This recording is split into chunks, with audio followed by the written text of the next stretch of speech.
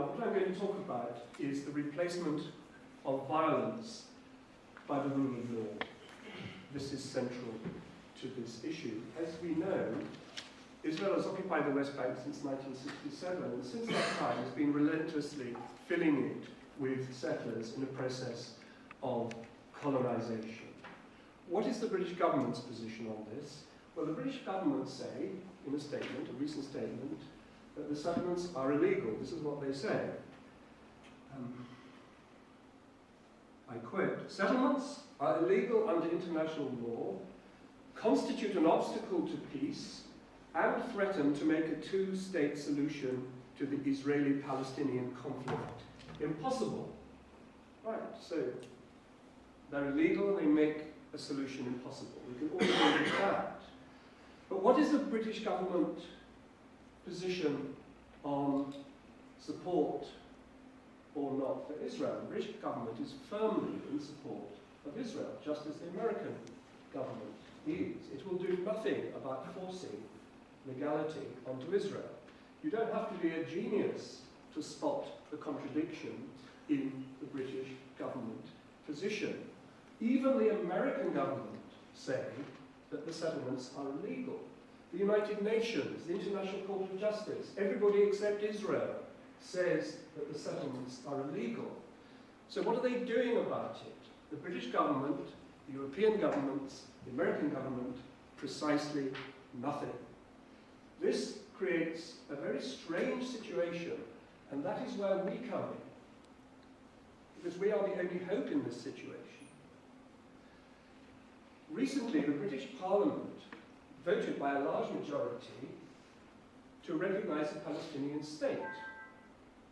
And much of the comment on that took the form of saying, and this is what the parliamentarians said, some of them, this reflects a change in British public opinion.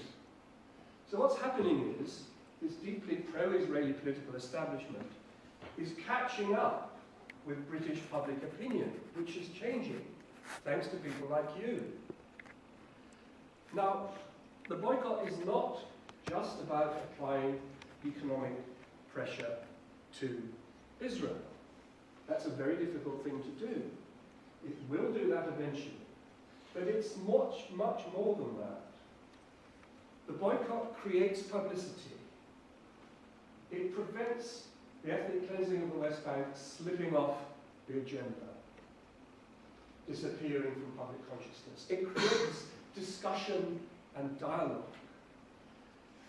It is something that everybody can do. All of us can do it quite easily.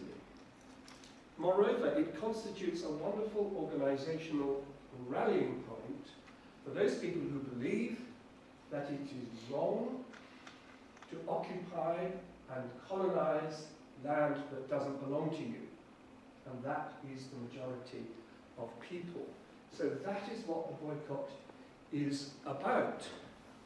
Now, it's becoming very difficult for the pro-Israeli people these days, because the world is waking up to the fact that the root cause of this problem is the violent displacement of the Palestinians and the ongoing colonization of their land.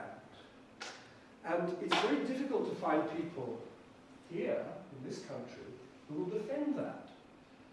So is there anybody here who supports the occupation and colonization of the West Bank? I knew it. This is very frustrating, because this is all going on as we speak. But it's almost impossible to find anybody in this country to defend it and to support it. Now, there may be people here, and I hope there are, who say, oh, well, we don't like the occupation, but we don't like boycotts. Is there anybody here, please say yes, who's opposed to the boycott? Nobody? Okay. Right. Disappointed. But at least because I was going to address such people. But what I'm going to say then may have the function... Maybe because we convinced them. Well, may have the function of equipping you with arguments to use against those people who say, oh, well, no, we love the Palestinians and we don't like the occupation, but we don't like boycotts. So here are some arguments about that. Sorry, my laptop keeps going off and I have some quotations for you. Now, what are the arguments against boycott? Well, they've been dealt with to some extent already. One of the ways that the pro-Israeli lobby have of dealing with this issue is not so much to defend the settlement, because nobody would do that, but to change the subject. They think if you can go banging on about terrorism, anti-Semitism, with any luck, people just won't notice the elephant in the room, which are the settlements. And this is a tactic which has been surprisingly successful, but it's actually becoming less and less successful. So what are these poor pro-Israeli people supposed to say? Well, we've already heard the idea that, oh, we love the Palestinians, and that's why we're against the boycott, because it'll be bad for them economically. And to propose a boycott is a kind of left-wing, mindless thing to do. This is the gist of what he said on that posting on the website. Well, here's that mindless left-wing organisation, the Financial Times, in an editorial in January, apropos of the debate over settlements. This is what the editorial of the Financial Times, that ruthless capitalist journal, actually says. It says,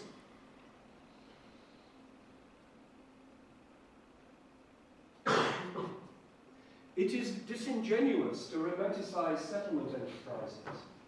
The occupation imprisons thousands of the Palestinians' young men, gives their land and water to settlers, demolishes their houses, and partitions the remaining territory with scores of checkpoints and segregated roads. There are almost no basic foundations for an economy. The way to create Palestinian jobs is to end the occupation and let Palestinians build those foundations, not to build bridges to peace on other people's land without their permission. So that's the Financial Times. Well, so much for the argument that the occupation is somehow helping the people occupied. Incidentally, people who have occupied land that doesn't belong to them historically always say, we can't end the occupation because it's good for the people being occupied. So it's amusing to find certain people in the Guild maintaining this ludicrous argument. But there's another argument about the boycott, which you hear very frequently, which goes like this. Why Israel? There are all sorts of horrible things going on in the world. Why pick on Israel? It's a pretty odd argument in a way, because I campaign on Israel. I've campaigned on other issues, like South Africa. If you took it seriously, it would be impossible to campaign on everything, because you say, well, I'm campaigning on Burma. Why Burma? Why not campaign on all the other ones at the same time? So it's an argument against anybody doing anything for human rights. But leave that aside, there's a very good answer to the question, why Israel? Which is this, that it's a lethal combination of two factors. One is that the Palestinians are asking us to do it. They're saying to you and to me, will you please do this for us? So we have to say to them yes or no. That's unusual. Moreover, our government is saying no.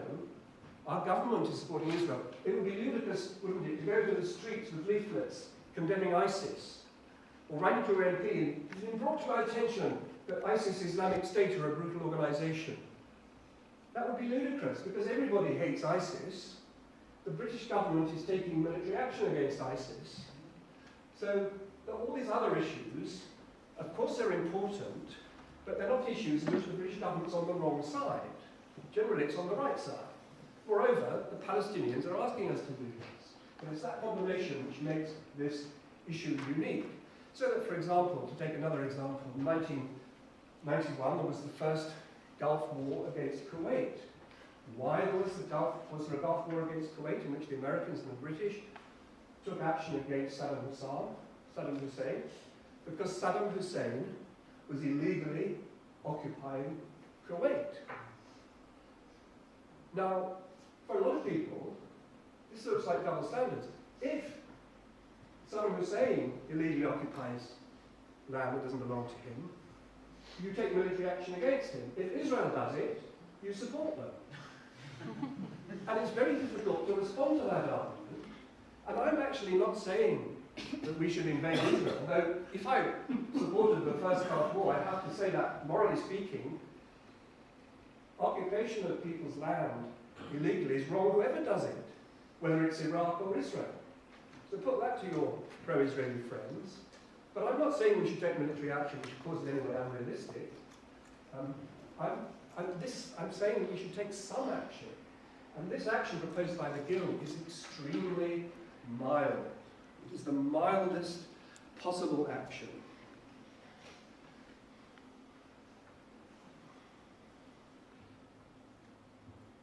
Now, another argument, the final argument, which is used by most people who are opposed to boycott, is, okay, but this has to be solved by negotiation. Has to be solved by negotiation. Why boycott and negotiate a solution? Now, you've had 47 years of negotiation, in which Israel has not given back a single inch of the West Bank, which they have stolen. They haven't really given back any of Gaza either. Not an inch. Moreover, they have constantly filled the land with settlers. They've gone on constantly colonizing it. You should always judge people not by what they say, but by what they do. If you say we want a two-state solution, as the Israelis officially do, but you're constantly putting more and more settlers in the land, making a two-state solution impossible, some people think it's already impossible, it's obvious, isn't it, and everybody who's engaged in the process knows this, that you're not interested in a negotiated two-state solution. I mean, nobody engaged in this process, no expert, seriously believes that Israel is interested in a negotiated two-state solution. Moreover, here's John Kerry, is a funny man. He really amuses me. I'll tell you a little story about John Kerry. You may know about it already, in which, during the massacre in Gaza recently, he went onto the media and said, the Israeli operation, bomb operation, is delivered with pinpoint accuracy. That's, of course, the Israeli narrative. He then, thinking the microphone was turned off, he said, some pinpoint accuracy, meaning it's a load of nonsense. But the microphone was still on, so people heard it. What that tells you is that the American Secretary of State for Foreign Affairs, who you would have thought was a very powerful person, is obliged to say things on the media which he knows to be total nonsense, namely that the operation was pinpoint accuracy. But here's John Kerry. Now, John Kerry wanted to make his name by getting an agreement between the Israelis and Palestinians, and he was very frustrated. And he went to the Senate Public Relations Committee after the failure of the recent negotiations to explain to them why they'd failed. And this is what he said. He said,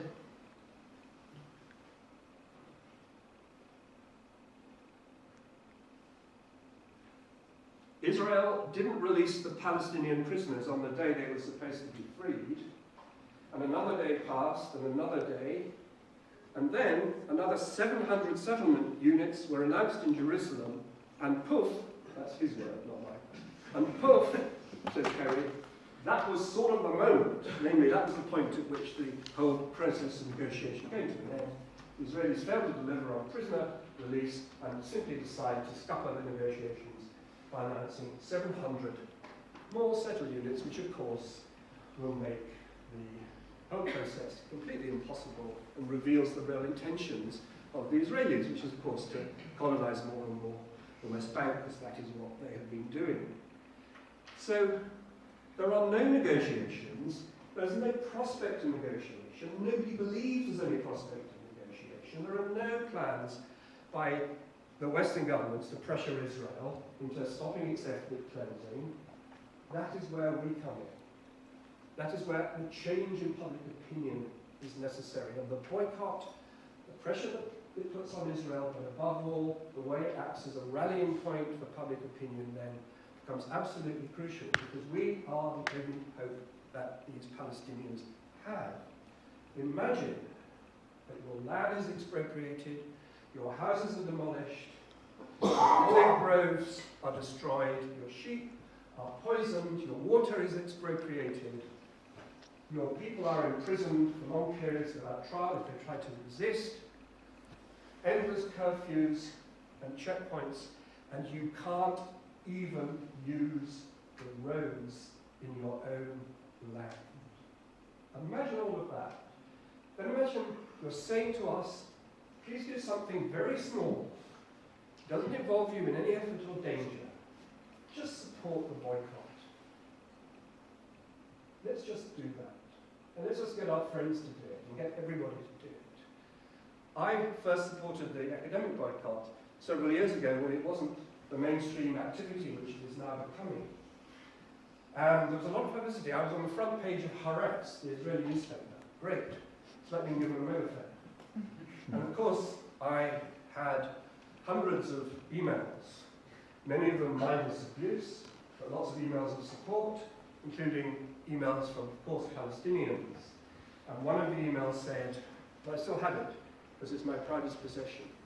Thank you, Professor, you are a man of principle. You have a place in all Palestinian hearts.